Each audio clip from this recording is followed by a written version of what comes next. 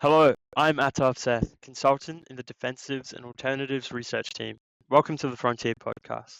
Today I'm joined by my colleague and boss, Iain McMahon, Head of Defensives and Alternatives at Frontier. How are you, Iain? I'm very well, Atharv. Thank you very much for having me and looking forward to chatting. Fantastic.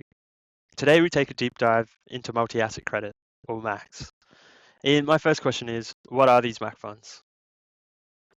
Yeah, so multi-asset credit, or MAC, is essentially a very diversified go-anywhere credit allocation. Yeah. They are diversified by different types of securities, different credit sectors, and different geographies, and they're packaged up into a single investment structure. Um, I guess this MAC construct emerged in the aftermath of the GFC, where people more commonly had single sector credit allocations, and obviously they are biased to certain characteristics. So about sort of maximizing diversification with a go anywhere lens. And in the past few years, Iain, these strategies have really started picking up net flows from investors, and we've also seen an increase in just the number of funds available in the Australian market. One reason for that may be that credit is more popular as a asset class relative to equities, for say, which are trading at quite expensive valuations on the whole. Another reason may be that yields are much higher now with interest rates at a higher level, even though credit spreads are much more narrower. Now, in one argument that I always hear for these MAC funds is that in theory, investment managers can generate returns not only by picking securities, but also from picking credit sectors or asset allocation. Does this argument have any merit? I think it does, but it really depends on the manager, is perhaps the takeaway that we observed. So clearly there is a top-down dimension to the alpha as well as a bottom-up one. But we found that the median manager didn't evidence significant allocation alpha. So that is to say, they didn't allocate meaningfully and successfully between sort of leveraged loans and high yield bonds and different credit subsectors through points in the cycle.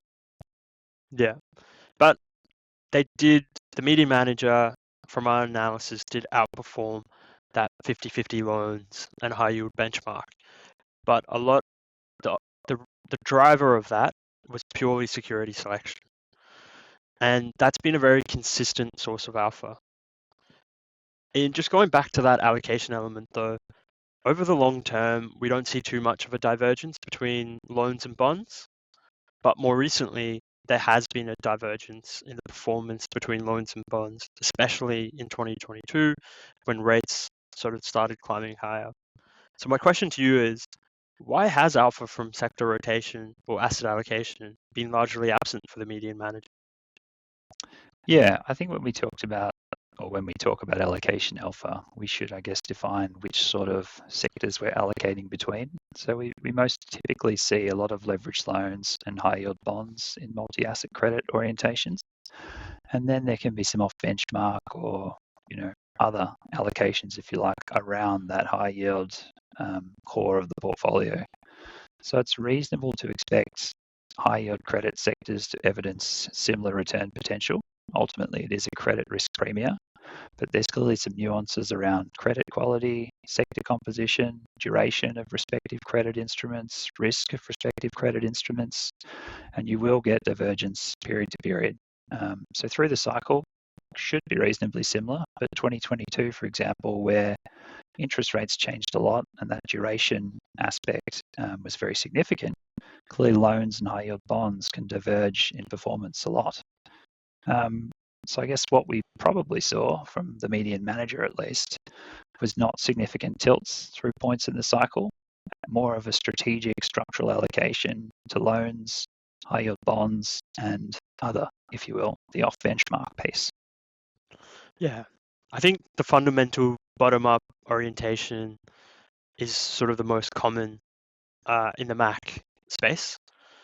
I don't think managers typically advertise, the notable allocation alpha, but I think the key point here is that MAC investors should not expect it either.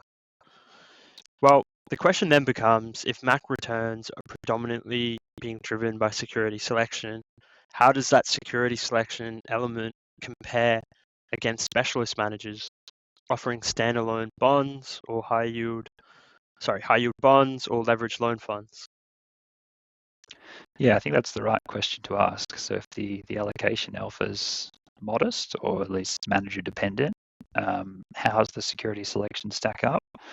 And we tried to, I guess, compare the MAC security selection alpha versus the sum of the parts, if you will, and it stacks up quite well, was our finding. So the alpha has been consistent and I guess commensurate with the single sleeve credit strategies, which sort of speaks to the utility of the MAC construct.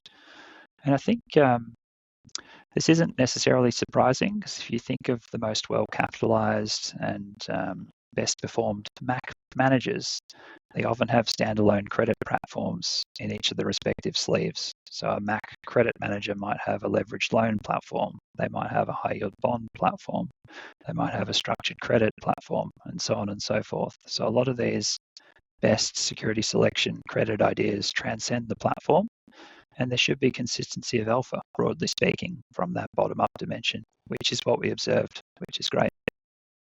Yeah, and the good thing for investors is when they're choosing between sort of a MAC fund or a bunch of standalone funds, they don't have to compromise on the security selection element. We found that at least the security selection ability of the MAC managers, like you said, is relatively similar to those of the standalone managers. Now, so far we've talked mostly about loans and bonds, but in recent years we are seeing MAC constructs which are quite different. That X benchmark component that you talked about, what is that? What did we find that includes for managers in the space? Yeah, I mean, our own preference is to probably have a high yield credit orientation to MAC. That is Frontier's view. And what that typically means is your core portfolio is leveraged loans and high yield bonds. Now, outside of that, most of these credit managers have the flexibility and the depth and breadth of credit expertise to really go anywhere across that spectrum. So what we did see at the medians was maybe a third allocation to loans, a third allocation to high yield bonds, and a third allocation to other. Now, other is quite vague. It could be some cash collateral just to maintain liquidity.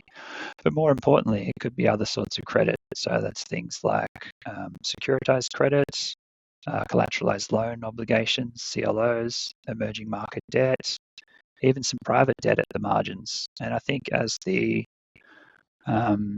preferences of investors have evolved, there is increasing willingness to participate in some of these different credit sectors, given the premia can be slightly different, more liquidity premia, more complexity premia. So there's more of that turning up in the product compositions. And, that has theoretically been a source of alpha as well as a source of risk in some circumstances. So I think understanding the differences in MAC product design are really critical, and for us at least, it's a fundamental part of our manager due diligence, right? Underwriting the managers and understanding how those levers hang together. Yeah, and compared to some other sort of sub-asset classes that we look at, given that the world of Macs is so diverse with so many different implementation styles, what do you think that means for like the manager's selection element? Yeah, I think it's isolating the universe to understand what you're looking for, and clearly that off-benchmark allocation can be quite a meaningful determinant of the total portfolio risk for the MAC allocation. So if you have a MAC that is predominantly invested in structured credit or triple C rated credit or emerging market geographies, you're inherently taking probably more risk at the headline fund level. And that's a consideration that needs to be, measured and intentional and designed to complement the rest of your allocation. So it kind of just speaks to increased due diligence on how managers put the portfolio together, how the overall risk of the offering hangs together, how the alpha profile performs in different market environments, most typically stress, and I guess just how consistent the alpha has been. So it just adds complexity to the manager underwrite is the short answer. Yeah, and I think for asset allocators, that means in this sub-asset class of multi-asset credit, they need to be a little bit more careful when they're choosing the investment manager because, like you said, there's so many different implementation styles. The type of exposure that they're getting from one manager to another manager is quite different, and it just needs to be considered and sized appropriately. Well, in just going back to that allocation discussion, with the median manager showing little evidence of allocation alpha, what does that mean for MAC funds and institutional portfolios? Do you think investors should be building their own allocation using a bunch of standalone funds, or do you think MAC is still the way to go? Look, I think timing the market and allocating effectively between different credit sectors is difficult, right? So there's either reticence for managers to do it, or perhaps they don't do it in sufficient size to generate that alpha. And look, we are speaking about the median here, so there are undoubtedly some managers that are probably doing this successfully and generating alpha from allocation in a meaningful way in their investment process.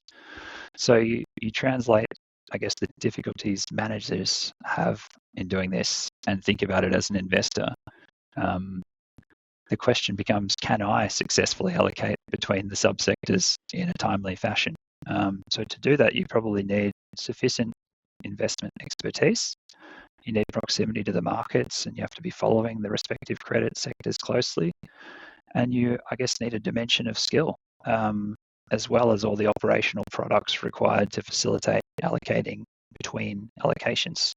So there's a lot more complexity there, operationally speaking, and there's probably more risk from doing it yourself in some ways, at least reputationally. And I think that's what makes the MAC construct so valuable, right? We've seen the bottom up alpha be very commensurate with the sum of the parts, and you get this diversified, broad credit exposure with great liquidity or similar liquidity to the parts.